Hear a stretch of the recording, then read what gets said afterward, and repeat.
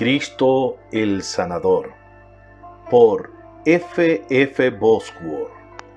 Capítulo 2, parte 1.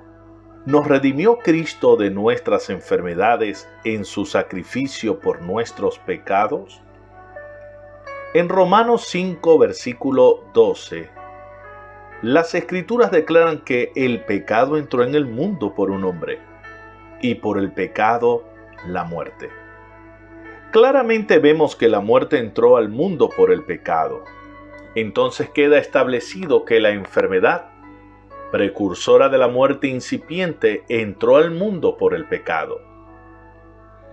Si la enfermedad entró al mundo por el pecado, el remedio para la enfermedad debe encontrarse en la redención de Cristo. Puesto que la enfermedad es una opresión del diablo, Hechos 10, versículo 38. ¿Qué poder puede quitar la enfermedad cuando la naturaleza falla? Sino el poder de Dios.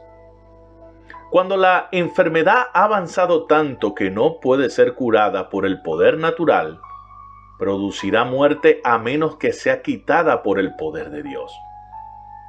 Cualquier médico honesto tendrá que admitir esto, puesto que la ciencia médica confiesa que los médicos solamente pueden ayudar a la naturaleza, no sanar.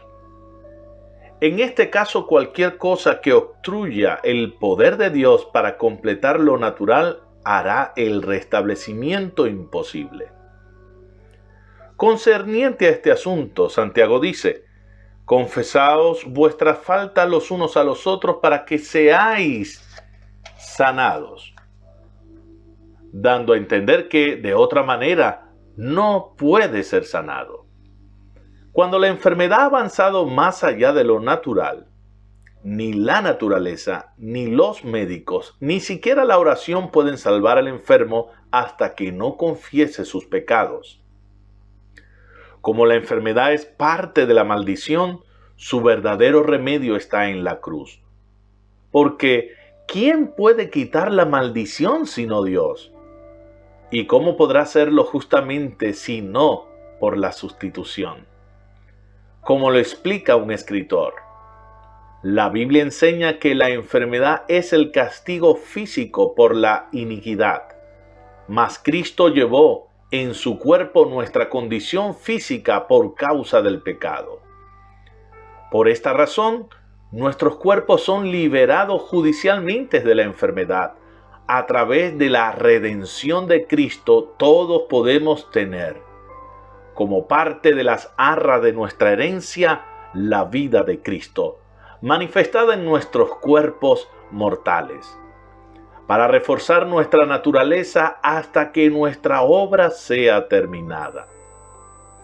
De la misma forma que podemos recibir los primeros frutos de nuestra salvación espiritual, también podemos recibir los primeros frutos de nuestra salvación física. Vamos ahora a la pregunta: ¿nos redimió Cristo de nuestras enfermedades en su sacrificio por nuestros pecados? Si fuera como enseñan algunos que la sanidad no forma parte de la expiación, ¿por qué se mencionan algunos tipos de expiación con relación a la sanidad física a través del Antiguo Testamento? ¿Y por qué los israelitas tuvieron que comer carne del cordero para recibir fortaleza física? Éxodo capítulo 12. A no ser que solamente hubiera sido para que pudiéramos recibir vida física y fortaleza del Cristo, de quien Pablo dijo: es nuestra Pascua, sacrificado por nosotros. 765 años después de la institución de la Pascua, leemos 2 de Crónicas 30:20. Y oyó Jehová a Ezequías y sanó al pueblo. Cuando celebran la Pascua, igualmente, en 1 de Corintios 11:30, Pablo habla de cómo los corintios no pudieron discernir el cuerpo de Cristo, nuestra Pascua, y por esta razón muchos estaban enfermos y debilitados. La cena del Señor es mucho más que una ordenanza. ya que podemos participar de Cristo cuando participamos de los símbolos de su muerte y de los beneficios que ésta trajo como consecuencia. En Cristo tenemos igualmente tanto vida física como vida espiritual. Ciertamente ahora es el mejor tiempo que tenemos para que aprovechemos el privilegio que la vida de Cristo se manifieste en nuestra carne mortal. Segunda de Corintios 4:11. Una vez más leemos Levítico 14:18. ¿Cómo el sacerdote hace expiación por la sanidad de la lepra? ¿Por qué se hizo expiación por la sanidad de la lepra si para nosotros la sanidad no está incluida en la expiación de Cristo?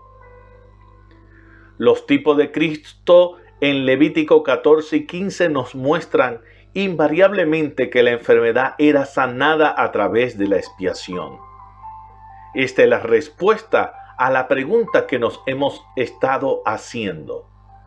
Todas estas típicas expiaciones prefiguran y señalan hacia el Calvario. Lucas 4:19, Cristo nos dice que Él fue ungido para predicar el año aceptable del Señor, refiriéndose al año del jubileo en el Antiguo Testamento. Esto nos muestra que el año del jubileo es un tipo de las bendiciones del Evangelio, ya que Cristo mismo aplica el año del jubileo a la era del Evangelio. Levítico 25:9 nos enseña que ninguna bendición del año del jubileo era anunciada por el sonido de la trompeta hasta el día de la expiación. En este día, un buey era sacrificado como ofrenda por el pecado, y el asiento de la misericordia era rociado con la sangre. Ninguna misericordia era ofrecida hasta que la sangre de la expiación se rociaba en el trono de la gracia.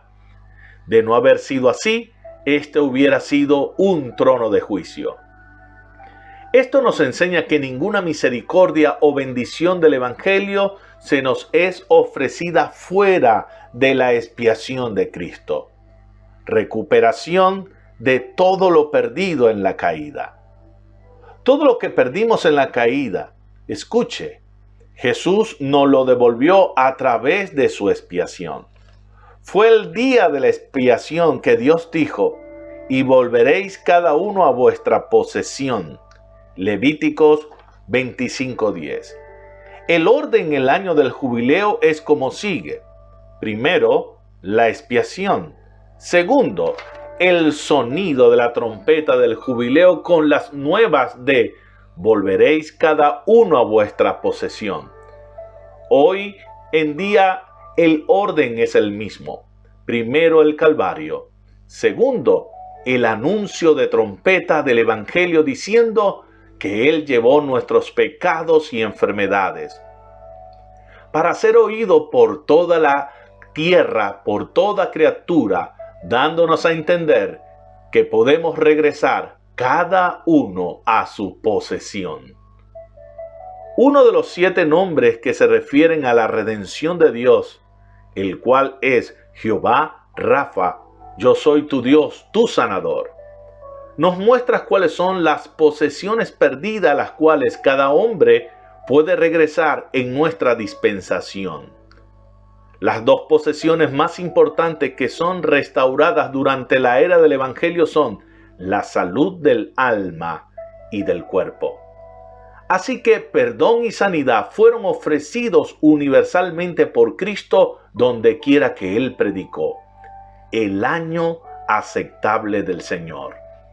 De esta forma, el hombre interior y exterior puede ser sanado y preparado para el servicio de Dios, enteramente preparado para toda buena obra. Algunos fundamentalistas que atacan a los científicos cristianos en su creencia que podemos ser salvos sin la necesidad del Calvario, cometen el mismo desatino cuando creen que podemos ser sanados sin acudir al Calvario. Para mí, como para ellos, es un misterio que alguno pueda decir que la sangre de Cristo era tan eficaz mientras fluía en sus venas como lo era cuando fue derramada. En contraste con los sacrificios del Antiguo Testamento que testifican lo contrario y la declaración que sin derramamiento de sangre no se hace remisión de pecados. Si usted se une a una religión donde no se tiene en cuenta la sangre, solo encontrará una religión de ideas y nada más que una emoción humana. El gozo inefable y lleno de gloria solamente será experimentado por aquellos que han sido salvos por la sangre de Cristo. Es un gran misterio para mí que estos fundamentalistas puedan decir que la sanidad es otorgada sin siquiera hacer referencia a la muerte de Cristo. La Escritura desconoce el hecho que alguna parte del hombre pueda ser salva sin sacrificio. Si la sanidad del cuerpo se puede recibir aparte del sacrificio del Calvario, ¿por qué era entonces que ninguna bendición del año del jubileo podía ser anunciada por el sonido de la trompeta, sino hasta el día de la expiación? Pablo nos dice que es en Él que las promesas de Dios son en sí y amén.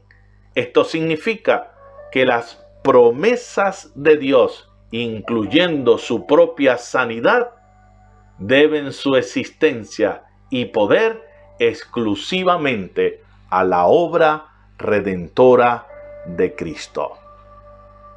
Final de la primera parte del capítulo 2, en la voz de su amigo Carlos Yélamo.